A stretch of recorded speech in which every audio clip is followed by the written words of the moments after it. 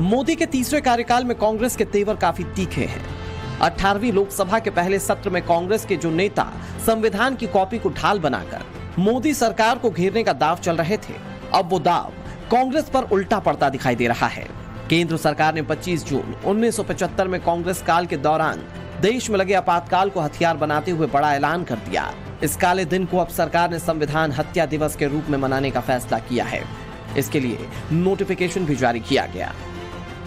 जनता इसको भूलना नहीं चाहिए, कांग्रेस पार्टी कितने बड़ा गुनाह किया है संविधान को हत्या करने का कोशिश करके। देश की भविष्य की पीढ़ी उसको ना भूले, इसीलिए संविधान हत्या दिवस मनाया जाएगा। देश की नई पीढ़ी के अंदर उस वार्ता को आगे लाया जाएगा और स्कूलों में भी, कॉलेजेस में भी भारत की संविधान के बारे में महत्व बढ़ाते हुए उस एस्पेक्ट को भी सामने रखा जाएगा। पिछले दिनों में कुछ लोगों ने, संविधान विरोधी लोगों ने कैसे संविधान को हत्या किया था। केंद्र सरकार की तरफ से जो नोटिफिकेशन जारी किया गया है उसमें कहा गया है कि 25 जून को संविधान की हत्या हुई, इसीलिए संविधान हत्या दिवस मनाया जाएगा। इसके लिए केंद्र सरकार ने एक दिन पहले नोटिफिकेशन जारी करने का ऐलान किया। 25 जून 1975 को देश में इमरजेंसी लगी और इस दौरान तत्कालीन सरकार पर सत्ता का दुरुपयोग करने का आरोप लगा। नोटिफिकेशन में कहा गया कि तत्कालीन सरकार ने लोगों पर अत्याचार किया और इसीलिए संविधान हत्या दिवस मनाकर आपातकाल में संघर्ष करने वालों को श्रद्धांजलि दी जाती है। सरकार के इस फैसले से कांग्रेस भड़क उठी। कांग्रेस अध्यक्ष मल्लिकार्जुन खड़गे ने सोशल मीडिया प्लेटफॉर्म एक्स पर पोस्ट किया और केंद्र सरकार पर हमला करते हुए कहा कि पिछले 10 साल से सरकार ने हर दिन संविधान की हत्या की, जिस पर बीजेपी की तरफ से भी जवाब आया है। ये अतीत में ले जाते हैं, तो जब हमारी सरकार आएगी तो हम व्यापारी हत्या दिवस मनाएंगे। जीएसटी और नोटबंदी से व्यापारी मर गए या व्यापार मर गया, हम किसान हत्या दिवस मनाएंगे, हम भी कर सकते हैं। और 25 जून की जो इमरजेंसी लागू हुई लगभग 17-18 महीने थी, यहाँ तो 10 साल से इमरजेंसी लगी हुई है। संविधान हत्या दिवस अगर नहीं बुलाएंगे 25 जून 1975 को, तो क्या संविधान समर्पण दिवस मनाएंगे? मैं समझता हूं जो कांग्रेस पार्टी के नेता हैं, जो चुनाव के दौरान संविधान हाथ में तो उठाए थे, लेकिन उन्होंने कभी संविधान की मूल भावना को समझा नहीं और इंदिरा गांधी ने जो रास्ता दिखाया था उसी रास्ते पे वो चलते रहे। एक तरफ केंद्र सरकार ने संविधान हत्या दिवस मनाने का ऐलान किया, तो विपक्षी पार्टियां भी सरकार के खिलाफ काला दिवस मनाने का ऐलान करने से पीछे नहीं है। मतलब दोनों तरफ से दिवस वर्सेस दिवस की जंग शुरू हो चुकी है। 8 नवंबर 2016 को नोटबंदी के फैसले को विपक्ष ने आजीविका हत्या दिवस मनाने का ऐलान किया। 4 जून 2024 जिस दिन लोकसभा चुनाव के नतीजे आए और बीजेपी को उम्मीद के मुताबिक कम सीटें मिली, तो विपक्ष ने इसे मोदी मुक्ति दिवस करार दिया। चंडीगढ़ मेयर चुनाव में गड़बड़ी की बात सामने आने के बाद अपोजिशन ने लोकतंत्र हत्या दिवस के तौर पर मनाने की घोषणा कर दी। 25 दिन की इस मनहूस रात को लोकतंत्र को समाप्त किया गया, लाखों लोगों में जेल में डाला गया। बड़े बड़े नेता जो प्रतिपक्ष के थे, जयप्रकाश नारायण जी, अटल बिहारी वाजपेयी, चौधरी चरण सिंह, जॉर्ज फर्नांडिस, राजनारायण, आडवाणी जी, सबको जेलों में डाला गया। उनके परिवार वालों को यंत्रणा दी गई। मुझे गर्व है कि मैं इस सरकार का हिस्सा हूं जिसने लोकतंत्र की रखवाली के लिए ये दिवस मनाने का फैसला किया है। देश में जो अराजकता फैल गई है उसे नियंत्रण करने के लिए आपातकाल की जरूरी थी उस वक्त। तो उसमें गलत क्या है? आप संविधान हत्या दिन मना रहे हो तो 10 दिन मनाना पड़ेगा। 10 साल में जो हुआ है ना आपके कार्यकाल में, आप कौन से संविधान के रखवालदार हो, चौकीदार हो? छोड़ दिए। कांग्रेस का आरोप है कि मोदी सरकार देश के बड़े मुद्दों को भटकाने के लिए इस तरह के गैर जरूरी फैसले ले रही है। वहीं बीजेपी तर्क देकर कांग्रेस पर हमलावर है। मतलब सियासी बवाल मचना अभी बाकी है। ब्यूरो रिपोर्ट, टाइम्स नाउ, नव भारत।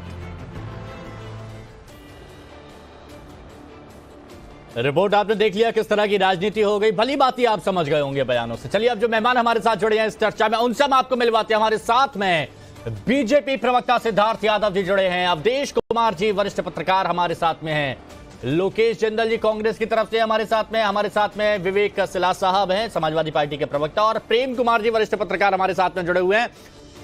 आप सभी का दोपहर की नंबर 1 डिबेट में बहुत बहुत स्वागत है। अवधेश जी, आज राजनीतिक विश्लेषकों से सबसे पहले टिप्पणी लूंगा आपसे, फिर प्रेम कुमार जी से, और उसके बाद फिर मैं जाऊंगा सिद्धार्थ जी, विवेक जी और लोकेश जी के पास। तो अवधेश जी ये बताइए, ये दिवस वर्सेस दिवस की राजनीति का औचित्य क्या है, क्यों इसकी जरूरत आन पड़ी? मैं नहीं मानता कि इसको आप प्रतिस्पर्धात्मक दिवस वर्सेस दिवस की राजनीति के रूप में लेना चाहिए। अगर इस समय देश में संविधान की रक्षा को विपक्ष ने इतना बड़ा मुद्दा बनाया है, और भले लाल झंडा देश से कमजोर हो गया, लेकिन लाल रंग में रंगा हुआ संविधान की प्रति लेकर अगर हमारे देश के विपक्ष के सांसद संसद के अधिवेशन के पहले लहराते हैं, तो इस देश में ये तय तो होना चाहिए ना कि भाई संविधान की वास्तविक हत्या कब कब हुई थी। आपातकाल 25 जून 1975 भारतीय संविधान के जीवन और भारत की स्वतंत्रता के इतिहास में ऐसा अध्याय है जब वो पूरे समय देश में संविधान नहीं था। अच्छा, लोग कहते हैं कि यद्यपि संविधान के अनुच्छेद 352 के तहत ही वो लगाया गया, लेकिन उस अनुच्छेद का दुरुपयोग था और जनता पार्टी की सरकार आई तो उसने उसको हटा दिया। अब आंतरिक इमरजेंसी का प्रोविजन उस में हमारे देश में अब है ही नहीं। जो आज लोग कहते हैं कोई लगा देगा, ये भी झूठ फैला रहे हैं, वो प्रोविजन ही नहीं है। उस समय इंदिरा जी जो भी प्रधानमंत्री के रूप में जो बोलती, जो बोलेंगी, जो करेंगी, जो निर्णय करेंगी, वही संविधान था। वो सुप्रीम कोर्ट को भी के अधिकार पर भी अंकुश लगाया गया था कि प्रधानमंत्री अगर कोई निर्णय लेती है तो सुप्रीम कोर्ट भी उसको बदल नहीं सकता है। तो जो कुछ भी हुआ उस समय पूरा संसद, अब संसद की गरिमा की रक्षा की बात होती है संविधान के तहत। संसद था ही नहीं, एक पक्षीय, जो मर्जी है वो करो। अब सारे विपक्ष के नेता जेल में, और अगर इमरजेंसी होती तो हम लोग बैठ के डिबेट कर रहे होते क्या? अखबार को छापने के पहले उसको जहां से भी वो पेज बन रहा है वहां के सूचना अधिकारी या सेंसरशिप ऑफिसर जो होता था उसके पास भेजना पड़ता था। वो टिक लगाता था कि ये खबर जाएगी, इस खबर में ये लिखना पड़ेगा, तब ये जाएगी। ये स्थिति थी पूरे भारत में। और आज लोग तो ये तो विषय होना चाहिए। 2 अवसर देखिए, संविधान 2 अवसर, और ऐसे तो कई अवसर है जब भारत के संविधान के साथ। पहला अवसर था जब नेहरू जी के शासनकाल में संविधान का पहला संशोधन हुआ। वो बहुत व्यापक संशोधन था। उसमें एक साथ मुझे लगता है 7 से 8 धाराओं में संशोधन हुआ, जिसमें 19 धारा जो हमारी अभिव्यक्ति और उसकी स्वतंत्रता से संबंधित है।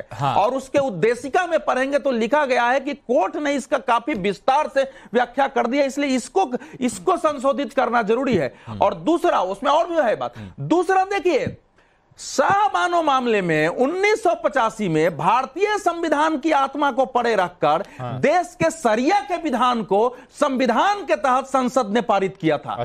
तो इसलिए संविधान पर जब बात होगी तो क्या आपातकाल तो है ही है, आपातकाल संविधान की हत्या का दिवस है, लेकिन बाकी चीजों पर होगी। और जब आप लगातार इस झूठ नैरेटिव को चलाए हैं, मैं ये मानने के लिए तैयार हूं कि भारतीय जनता पार्टी ने या प्रधानमंत्री नरेंद्र मोदी जी की सरकार ने attack is the best defence की तरह जब आपका उसी रूप में उत्तर देने की कोशिश किया, लेकिन ये उत्तर वो ऐसा नहीं है कि ये झूठ है कि भैया संविधान बदल देंगे। ये घटित देश का घटित वह सच है जो देश को याद दिलाना हर वर्ष आवश्यक है। लोकेश जिंदल जी बहुत ध्यान से सुन रहे हैं, इसका बिल्कुल जवाब देंगे पॉइंट टू पॉइंट। लेकिन जैसा कि कहा था कि पहले राजनीतिक विश्लेषकों से बात करेंगे, तो प्रेम कुमार जी सबसे पहले अब आप ही बताइए कि संविधान हत्या दिवस वर्सेस संविधान खतरे में, इस पर आपका विश्लेषण क्या है? वैसे आज आप मैचिंग भी कर रहे हैं लोकेश जिंदल जी से, विचारों के साथ साथ पहनावे में भी। प्रेम कुमार जी प्लीज बोलिए।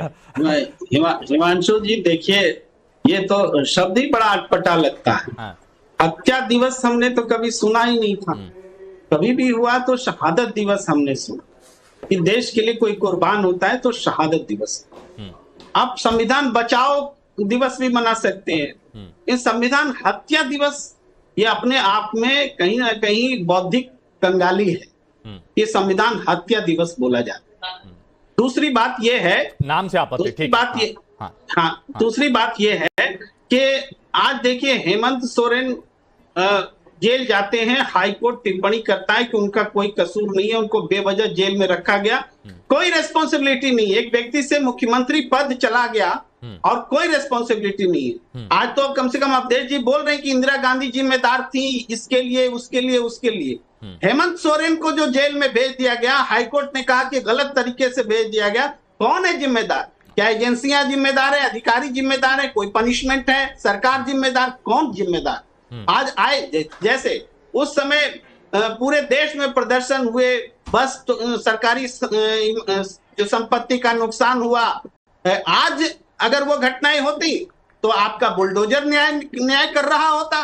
तो आज जो है ये आपातकाल की स्थिति है कि तब जब कुछ नहीं हुआ, सरकारी इमारतों को तोड़े जाने के बावजूद उनका घर तो नहीं गिराया गया, उनके बेवजह उनके घर परिवार को तो परेशान नहीं किया गया। ऐसी दोनों कंपेयर कीजिए। इसके बाद तीसरी बात है, इंदिरा गांधी कब जो भी अपने अधिकारों का उन्होंने इस्तेमाल किया, संविधान के तहत दिए गए अधिकार का इस्तेमाल किया। आपातकाल को गलत भी माना, आपातकाल के दौरान ज्यादती हुई, इस बात को भी इंदिरा गांधी ने माना। आपातकाल का कोई समर्थन आज भी नहीं करता, लेकिन आपातकाल का दिवस तो मनाया ही जाता है इसलिए कि आगे से कोई ऐसी परिस्थितियां दोबारा पैदा ना हो। लेकिन इसको संविधान हत्या दिवस सिर्फ इसलिए बनाया जा रहा है क्योंकि हर हाथ में जो संविधान आ गया, अवधेश जी बहुत सही कह रहे थे, तो हर हाथ में जो संविधान आ गया तो उसके जवाब में क्या करे? सरकार बेचैन है, क्या करे? तो संविधान हत्या दिवस मनाने लगो। इससे क्या इंदिरा गांधी की अहमियत कम हो जाएगी? अरे लोकसभा स्पीकर जैसे आसन से अगर इंदिरा गांधी की निंदा का प्रस्ताव पारित होता है तो ये है संविधान की हत्या, ये है आपातकाल कि आप अपने पूर्व प्रधानमंत्री के लिए आप इस तरह अच्छा ठीक है, मैं सिद्धार्थ जी के पास आना चाह रहा था, लेकिन अब चूंकि अवधेश जी भी कुछ कहना चाह रहे हैं इसलिए 2 मिनट और रुक जाइए, सभी के पास आ रहा हूं, विवेक जी और राहुल जी आ जाइएगा। ऐसा है कि प्रेम कुमार जी जैसा व्यक्ति अगर ये शहादत, और क्या संविधान ने अपनी शहादत दी थी, वैसे भी हम लोग जो है उसकी जगह जो है मतलब वीर गति और बलिदान शब्द का ज्यादा, अगर मर्डर हुआ संविधान का, नहीं तो उन्होंने ये कहा कि बचाओ दिवस ये कर सकते थे, शहादत नहीं बचाओ। सवाल है कि हम बचाओ तो हम कर ही नहीं, उसके दिवस थोड़े मनाना है यार। उस समय आज अगर चौरा चौरी कांड को आप मनाते हैं, अरे सुनिए सर, संविधान की अगर गला रे हत्या को हत्या कहना होगा। आपने अगर गला रेत के कत्ल किया है, सुनिए क्यों नहीं कहेंगे? नहीं सुनिए वो नहीं सुनिए महात्मा गांधी जी की, सुनिए आप खींच के मत ले जाइए, महात्मा गांधी जी पर बाद में चर्चा कर लेंगे। ये आप लोगों की ये बीमारी है कि उसको देखिए, अब आप बार बार बीच में बोलने लगे, मैं तो आपको टोका नहीं, आपके कारण भी मेरी उत्तेजना बढ़ी थी। जब आप जो है कुव्याख्या करने लगे थे तो मेरी उत्तेजना भी बढ़ी थी, लेकिन मैं शांत होकर सुना हूं, मुझे भी शांति से सुन लीजिए। अगर किसी का कत्ल हो, अगर संविधान का कत्ल हो रहा है सरेआम, तो उसको हत्या और कत्ल ही बोलेंगे, उसके लिए दूसरा शब्द प्रयोग नहीं हो सकता है। और इसको इशू विपक्ष ने ही बनाया। और जो हमको सबसे हैरत हुई है कि इमरजेंसी में हजारों परिवार बर्बाद हो गए। अच्छा, घरों में कुर्की जब्तियां तक हुई हैं, लोगों को ढूंढने में बोल रहे हैं बचाओ दिवस कर देते ना, संविधान बचाओ दिवस कर देते। परिवार तो बर्बाद नहीं हुए, अनेक परिवार देश में बर्बाद हुए। और जो संविधान की हत्या दिवस केवल हत्या के रूप में नहीं है, जिन लोगों ने उस संघर्ष में अपनी कुर्बानियां दी हैं, जो लोग बलिदान हुए हैं, जिन लोगों ने संघर्ष किया है, जीवित है, उन सबको उस संविधान के बचाने में, आपातकाल के विरुद्ध संघर्ष में उन सब के योगदान को याद करना, सिद्धार्थ यादव उसका एक पार्ट है। सिद्धार्थ आंदोलन में भी बहुत सारे लोग जेल गए। ओके, सिद्धार्थ यादव जी नहीं गए। सिद्धार्थ यादव जी, ये संविधान हत्या दिवस ये क्या है? ये विपक्ष सवाल पूछ रहा है। आप बचाओ दिवस, संविधान बचाओ दिवस बोलते तो आपत्ति नहीं होती, आपत्ति नहीं होती ना प्रेम जी? देखिए बिल्कुल, संविधान बचाओ दिवस सबको मनाना नहीं, लेकिन 25 जून को अगर मनाते तो फिर भी हम तो आपातकाल की निंदा इसलिए करते हैं कि ताकि ऐसी स्थितियां फिर से दोबारा पैदा अच्छा ठीक है लोकेश जी, 25 जून को अगर संविधान बचाओ दिवस मनाया जाता तो आपत्ति नहीं होती ना? देखिए जी, सिद्धार्थ ये तो आपत्ति इस बात से है कि इमरजेंसी लागू क्यों? मैं जवाब नहीं, वो तो ठीक है, नहीं, मेरे को बस ये जानना था कि वो जो नाम को लेकर आपत्ति थी, अगर 25 जून को संविधान बचाओ दिवस अगर मनाने की बात कही जाती तो भी आपत्ति होती है आपको? हाँ ना बता दीजिए। नहीं, मुझे अगर 24 जून को ये संविधान बचाओ दिवस कहते तो मुझे ज्यादा सहमत नहीं। अच्छा, और डिटेल में आऊंगा इस पर मैं, लोकेश भाई उसका डिटेल में कारण आऊंगा, है। क्योंकि उनसे मेरी बात हो रही थी तो इसलिए मैंने तो बीच में आपसे पूछा उस तारीख के बारे में। हाँ सिद्धार्थ जी। देखिए हिमांशु जी, बड़े संयम के साथ सबको सुना, मैं आशा करता हूं सब भी मुझे हाँ। उतने संयम से सुनेंगे। देखिए बात ये नहीं है कि किसको दिक्कत है और किसको नहीं है, कांग्रेस पार्टी को तो दिक्कत होगी ही होगी। अब जिस परिवार के दादी जी ने लगाया था या जिस नाम पर वो राजनीति करते हैं और उनके कालखंड में ऐसा हुआ, उनके सरकार ने उसका लाभ उठाया और इमरजेंसी का एक ऐसा काला अध्याय देश ने देखा, तो उनको दिक्कत होगी। आश्चर्य तो इस बात का भी है कि कई इनके इंडिया अलायंस के साथ अच्छा सिद्धार्थ जी, मैं थोड़ी देर आपको रोकना चाहूंगा क्योंकि आप ही के सांसद इस वक्त सुधांशु जी इस मुद्दे पर कुछ बोल रहे हैं। भारत के इतिहास में एक ही उदाहरण है जब किसी प्रधानमंत्री को चुनावी धांधली और चुनाव में भ्रष्टाचार का दोषी पाया गया।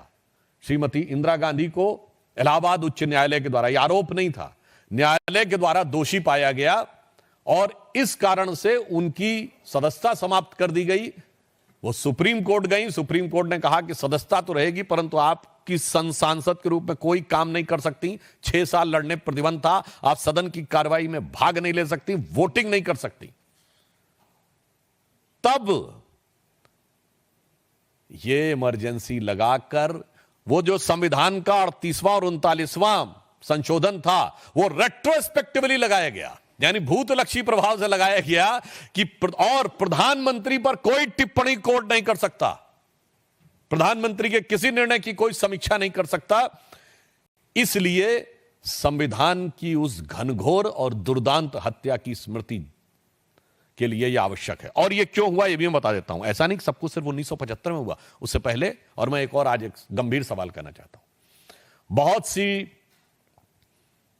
फॉरेन की इंटेलिजेंस एजेंसीज की रिपोर्ट्स जो डिक्लासिफाइड हो चुकी हैं और कईयों ने पब्लिश भी किया है, मैं इस कैविएट के साथ बोल रहा हूं, कांग्रेस पार्टी को उसमें अगर आपत्ति है और हिम्मत है तो उन पर मुकदमा करना चाहिए। Mitrokhin's archive KGB and the world part 2, जिसमें भारत का उल्लेख है, उसमें तो क्या क्या वर्णन है कि इमरजेंसी के दौरान विदेश की शक्तियां किस ढंग से भारत की सत्ता को संचालित कर रही थीं, कहां कहां तक हस्तक्षेप कर रही थीं। क्यों नहीं तक कांग्रेस ने आज तक उन पर मुकदमा किया या आपत्ति की। तो मैं आज पूछना चाहता हूं कि आज ये जो बहुरूपिया स्वांग बनाकर आए हुए हैं, संदेह उत्पन्न होता है कि आज कौन सी शक्तियां संचालित कर रही हैं। क्योंकि यह चुनाव भारत के इतिहास का पहला चुनाव था जब किसी विदेश में बैठे हुए धन कुबेर ने बाकायदा बयान दिया था प्लेज करते हुए कि मैंने $1 बिलियन रखा हुआ है मोदी जी को सत्ता से बाहर करने के लिए। तो मैं इसलिए कह रहा हूं इमरजेंसी के समय में भी, और मैं कई किताबें गिना सकता हूं, पर मैंने एक का नाम इसलिए लिया है कि इनको हिम्मत हो तो इनके उस पर जाकर प्रतिवाद करना चाहिए, जिसने कहा था कि उस समय किस सीमा तक सरकार पर शिकंजा था विदेशी शक्तियों का। अब उल्लेखनीय बात यह है कि आज वो सारे लोग जिनका खुद का के ऊपर जुल्म हुआ था, वो जुल्म करने वाले के साथ खड़े हो गए। अब मैं याद दिलाना चाहता हूं, यह प्रवृत्ति इनकी हमेशा से थी। जवाहरलाल नेहरू जी की सरकार के समय में पहला कॉन्स्टिट्यूशनल अमेंडमेंट किस बात के लिए हुआ था? अभिव्यक्ति की स्वतंत्रता को कर्टेल करने के लिए। तो ये जो पॉइंट यहां पर आखिर में उठाया सुधांशु त्रिवेदी जी ने कि जुल्म सहने वाले लोग जुल्म करने वालों के साथ में हो गए, ये क्या समाजवादी पार्टी के लिए भी था क्या? केवल समाजवादी पार्टी, आप देखिए इंदिरा जी ने आपातकाल किस लिए लगाया था? राजनारायण जी जो समाजवादी थे, जिसके साथ मुलायम सिंह यादव भी काम कर रहे थे, उनका ही चुनाव हार गए थे, उन्होंने ही मुकदमा किया था। उस मुकदमे को सुनिए, लड़ने में उन पर इलाहाबाद न्यायालय के परिसर में हमले होते थे, उनके हाथ पैर तोड़ दिए गए। अच्छा। उसी में फैसला था जिसके आधार पर बाद में इमरजेंसी लगाई और समाजवादी पार्टी ने लड़ाई लड़ी और आज समाजवादी पार्टी आपातकाल ये पॉइंट लास्ट में सुधांशु त्रिवेदी जी ने उठाया। तो सिद्धार्थ जी प्लीज एक मिनट, क्योंकि एक भी रिएक्शन नहीं लिया, इसलिए मैं जरा बात कर लेता हूं। विवेक जी, इस पर क्या कहेंगे आप आज साथ में? देखिए, सबसे पहले तो ये कहूंगा कि समाजवादी पार्टी के जो पुरोधा है और स्वर्गीय मुलायम सिंह यादव जी हैं, वो भी जेल गए थे, उसमें कोई दो राय नहीं। इमरजेंसी का विरोध हमने भी किया था, चाहे वो राजनारायण जी हो, चाहे स्वर्गीय चरण सिंह साहब हो, चाहे जॉर्ज फर्नांडिस हो, बड़े नेता जो जयप्रकाश नारायण हो, सब जेल गए थे, सबने विरोध किया था और विरोध करना भी चाहिए था।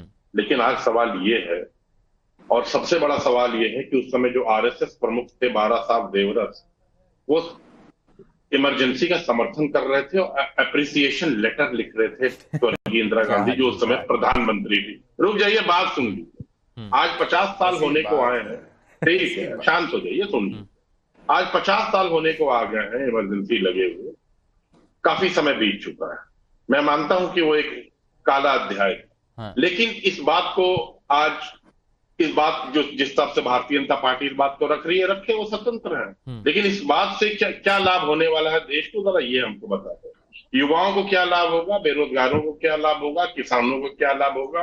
आज बॉर्डर पे जो इश्यूज है, चाइना घुसा रही है, उसको क्या लाभ होगा। जिस तरह से भ्रष्टाचार हो रहा है खास तौर से उत्तर प्रदेश में, जिसको भारतीय जनता पार्टी खुद उजागर कर रही है। अच्छा। इनके मंत्री कर रहे हैं, इनके विधायक कर रहे हैं, इनके जिला पंचायत अध्यक्ष कर रहे हैं, इनके नगर पालिका चेयरमैन कर रहे हैं, सब कर रहे हैं। उसमें क्या लाभ होने वाला है? ठीक है। अच्छा, ये पूछ लेता हूं विवेक जी, आपने कहा कि जुल्म, वो कह रहे हैं कि जुल्म सहने वाले आज जुल्म करने वालों के साथ में आ गए। अच्छा सिद्धार्थ जी, ये बताइए क्या लाभ होगा?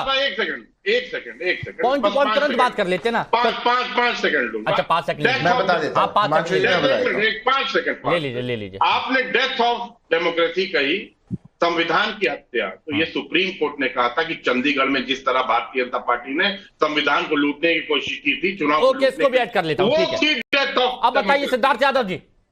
हाँ देखिए हिमांशु जी, आपने पूछा और मैं सीधा जवाब देता हूं, क्या लाभ होगा। अगर हमारे देश के कालखंड में कभी ऐसा हुआ कि देश के संविधान को तार-तार कर दिया गया हो और सारे लोकतांत्रिक मूल्यों को जला दिया गया हो, तो आज 21वीं सदी में जब भारत हर क्षेत्र में प्रगति कर रहा है, हमारे देश के नागरिकों को और विशेष तौर से युवाओं को जो प्रतिज्ञा है हमारे संविधान को लेकर के, हमारे संविधान जो हम सबको एक सशक्त करने का काम करता है, वो प्रतिज्ञा को कोई ना भुला सके, इसके लिए आज ये जरूरी है। ये समाजवादी पार्टी जो उनके खिलाफ ही लड़ा करते थे, आज एक शब्द में कह नहीं पा रहे कि वो कालखंड खराब था या इमरजेंसी गलत लगी थी। हम इसका विरोध करते हैं, हम इनका समर्थन करते हैं। तो आप देख लीजिए, आप दिन नहीं बनाएंगे तो समाजवादी तो बदल गए, आरजेडी वाले बदल जाएंगे, ये सारे बदल जाएंगे, क्योंकि जो कंटेम्पररी पॉलिटिक्स है, आज के जमाने की राजनीति की जरूरतें जो है, मैं आपके बीच में नहीं बोल रहा था सर, आपने आपको पूरा बोलने का मौका मिला, आप सुनने की हिम्मत रखिए। जो आज की राजनीति की मजबूरियां हैं, उनकी जरूरतें हैं, उसके कारण ये इस हद तक चले जाएंगे कि ये समझा देंगे कि वो इमरजेंसी का दौर भी अच्छा था। और मैं आपको बता दूं, जो अपना इतिहास भूल जाती है, जो भी कौम अपने इतिहास को भूल जाती है, वो उसको धराती है। अगर आपको इमरजेंसी जैसा दौर फिर से देखना है, इनका कालखंड फिर से देखना है, तो भूल जाइए। अगर आज उसका फायदा और नुकसान की बात ये लोग करेंगे और ये कहने का काम करेंगे, मैं उसका भी जवाब देता हूं, ये कहने का काम करेंगे कि आज इमरजेंसी चल रही है, तो हिमांशु जी मेरे को 10 सेकंड दीजिएगा। ले लीजिए। 11,000 लोग मीसा के अंदर बंद किए गए, 10 साल में बताइए कहां बंद किए गए? ऐसे बात नहीं हो सकती है। खरीद रहे हैं, आप भी बोलते रहिए, आप भी बोलते रहिए, ऐसे बात नहीं। सब जनता देख रही है। आप 1975 के अतीत में आपके बीच में नहीं बोला था, कोई लाभ नहीं। यादव जी ये कह रहे हैं कि जो दौर उस वक्त था, वो दौर इस वक्त भी है, इस वक्त भी आपातकाल ही है, ये कह रहे हैं विवेक जी। मैं जवाब देता हूं, अगर विवेक जी सुन सके तो। मैं पूछना चाहता हूं हिमांशु जी, 1,11,000 लोगों को मीसा के कानून के अंदर किया गया था, डीआईआर में किया गया था। 10 साल में बताइए कहां किया गया? प्रेस पे सेंसरशिप थी, प्री अप्रूवल लिया जाता था। आपके शो के डिबेट का टॉपिक चुनने से पहले आपको सरकार से पूछना पड़ा क्या? आर्टिकल 21, आर्टिकल 22 हिबियस कॉर्पस हटा दिया गया था। कोर्ट किसी को बुला नहीं सकती थी जिसको पुलिस ने अरेस्ट कर दिया गया, और जिस सुप्रीम कोर्ट के जज ने उसको सुप्रीम कोर्ट में उसका साथ दिया, उसको चीफ जस्टिस बना दिया गया, एचआर खन्ना को। सारे जजेस को सुपरसीड कर दिया गया। बताइए 10 साल में ऐसा कहां हुआ? अच्छा बताइए। बताइए लोकेश जी, राज्य की सरकारों को गिरा दिया। लोकेश जी विपक्ष का मुद्दा, लोकेश जी विपक्ष का मुद्दा, विपक्ष बताइए ना इन चीजों को। हाँ, ये झूठा पूछ लेता हूं सिद्धार्थ जी, पूछ लेता हूं। लोकेश जी बताइएगा, इसका तो जवाब दीजिएगा। और जो विपक्ष का मुद्दा, विपक्ष बार बार हाथ में संविधान लेकर ऐसे ऐसे दिखाता था, कोई शपथ ले रहे तब भी ये दिखाया जा रहा है, आज वही मुद्दा बीजेपी ने पुरजोर तरीके से उठाया, तो जोर का झटका बहुत जोर से शायद लग रहा है। इस पर आपका क्या रिएक्शन है? हिमांशु जी, सिद्धार्थ जी ने बहुत अच्छी बात की कि अगर कोई सभ्यता अपना अतीत भूल जाए तो उसका भविष्य बहुत ही धूमिल होता है। तो मैं आपको ये अतीत जरा याद करा दूं। 1970 के दशक की अगर मैं बात करता हूं, 1971 में हम युद्ध लड़ रहे थे पाकिस्तान के साथ, तो एक इमरजेंसी लगाई हुई थी 1971 से लेके ये जो इमरजेंसी लगी थी वॉर वाली, ये 1977 तक थी। तो 75 में जब हिंसा हुई थी तब भी एक नेशनल इमरजेंसी ऑपरेटिव है। दूसरी बात, 1973 में अरब इजराइल का युद्ध हुआ आप था। उस वाले आपातकाल को इस वाले आपातकाल से सुनिए ना, आप उस वाले आपातकाल को इस वाले आपातकाल से जोड़ रहे हैं। मैं उस पर आता हूं। हिमांशु जी मुझे 2 मिनट दीजिए। अच्छा बोल लीजिए ताकि सब समझ जाए। हाँ, क्या कह रहे हैं आप? 1973 के बाद में जब अब देखिए थोड़ा सब्र रखिए सिद्धार्थ, बोलिए बहुत बेहतर होगा अगर आप इतिहास जान लें। 1973 के अरब इजराइल वॉर के बाद में खाद्य पदार्थों की कीमतें बढ़ने लगी। 1974 में जॉर्ज फर्नांडिस जो रेलवे मजदूरों के लीडर होते थे, उन्होंने स्ट्राइक की धमकी दी थी। और आप जो मीसा कानून की बात कर रहे हैं ना, मीसा, कॉफी पिसा, ये सभी कानून इसलिए लाए गए थे ताकि कीमतें कम की जाए, ताकि ये जो स्ट्राइक है एक तरह से होर्डिंग है, ब्लैक मार्केटिंग है, इसको रोका जाए, क्योंकि इसके कारण एक आम नागरिक का रहना मुश्किल हो गया था। आप आंकड़े तय कर सकते। 1975 में 2 जून को जब इलाहाबाद हाई कोर्ट ने जजमेंट इनको क्या तकलीफ है? नहीं तकलीफ देखिए भाई, ये सुनने आपके जो पॉइंट है 2 लोग बहुत अचंभित हो रहे हैं, तो इस पर वो उनका रिएक्शन लूंगा। लेकिन आप इसमें कुछ और जोड़ना चाहते हैं क्या? विवेक जी और प्रेम जी भी हो रहे हैं रिएक्ट नहीं। आप पूरी कर लीजिए, मैं नहीं चाहता आप दूर कोई बात हो। हाँ प्लीज कंप्लीट कीजिए। हिमांशु जी जो राजनारायण केस की बात कर रहे थे अवधेश जी, जो जस्टिस सिन्हा ने जिसका जजमेंट दिया था 2 जून 1975 को, उसके बाद में इंदिरा गांधी जी स्टेप असाइड करने के लिए राजी थी। आप हिस्टोरिकल रिकॉर्ड चेक कर सकते हैं। उनके लॉयर थे एन.ए. पालखीवाला।